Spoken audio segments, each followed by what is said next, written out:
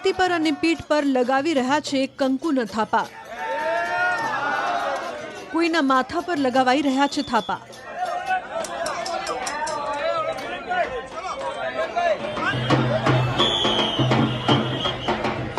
આ દ્રશ્યો અંબાજીના છે, જ્યાં આઝાદી પૂર્વે શરૂ થયેલો લાલ દંડા સંઘ પહોંચ્યો અને બોલ માડી અંબે જય જય અંબેનો નાદ ગુંજી ઉઠ્યો।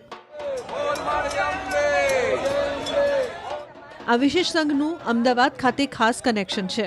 190 વર્ષથી આ સંઘ અહીં આવે છે અને થાપા લગાવવાની પરંપરા છે। પેઢી દર પેઢી આ પરંપરાનું પાલન થતું રહ્યું છે। ભાદરવી પૂનમમાં મેળામાં આવતા આ સંઘમાં માતાજીની ધજા, ધૂપિયું અને ત્રિશૂળ અચૂક સાથે લાવવામાં આવે છે।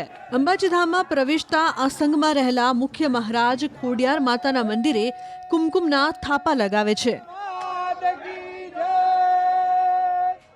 બાદમાં શ્રદ્ધાળુઓની છાતી તથા પીઠના ભાગે થાપા લગાવી આશીર્વાદ આપે છે। ત્યારબાદ આ સંઘ અંબાજી મંદિરમાં જાય છે। આમ તો તમામ પગપાળા સંઘો શક્તિદ્વારથી જતા હોય છે, પરંતુ આ એકમાત્ર સંઘ 7 નંબરના ગેટ પાસેથી પ્રવેશ કરે છે અને મંદિરમાં પહોંચતા મંદિર ટ્રસ્ટના વહીવટદાર અને જિલ્લા પોલીસ વડા દ્વારા આ સંઘનું સ્વાગત કરવામાં આવે છે। આ સંઘમાં પુરુષો સાથે મહિલાઓ પણ જોડાતી હોય છે। સંઘના સંઘવીઓ જણાવે છે કે વર્ષો પહેલા અમદાવાદ અને અન્ય કેટલાક વિસ્તારોમાં પ્લેગનો મહારોગચાળો ફાટી નીકળ્યો હતો। ત્યારે રોગચાળો ડામવા માતાજીની બાધા રાખવામાં આવી હતી। માતાજી પ્રાર્થના સાંભળી અને પ્લેગમાંથી મુક્તિ અપાવી। ત્યારથી આ પરંપરા ચાલી આવી છે।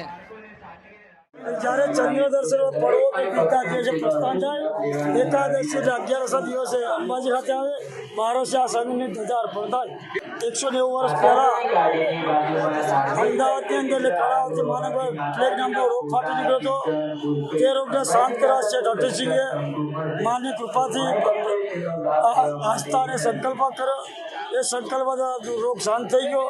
તે દિવસથી અવિરત આ સંઘ ચાલતો આવ્યો। ફાટી નીકળ્યો તો અમદાવાદ શહેરની અંદર તે વખતે શેઠ નગર શેઠ અઠીસિંહ હતા। તેમણે બ્રાહ્મણે કહેવા પ્રમાણે મા જગદંબાની કઠિનમાં કઠિન આસ્થા એટલે સંકલ્પ કર્યો। એ સંકલ્પ ત્યારથી અવિરત આ સંઘ આવી રહ્યો છે। આ સંઘની અંદર 450 ભક્તો છે। મારી સાથે જે મા જગદંબા સ્વરૂપ ત્રિશૂળ છે, તો ત્રિશૂળ મા જગદંબા જમણી બાજુ છે બટુક ભૈરવ છે, ડાબી બાજુ પૂજાનું પાત્ર લે આકસ્મિક સમયે ઘણું બધું કરી શકે તંત્રવાળું મારું સૂત્ર છે। મહાત્મય તો જો આ સંઘની અંદર જે અત્યારે તમે બધા ઊભા છો ને મહાત્મય છે ત્યારે ઊભા છો।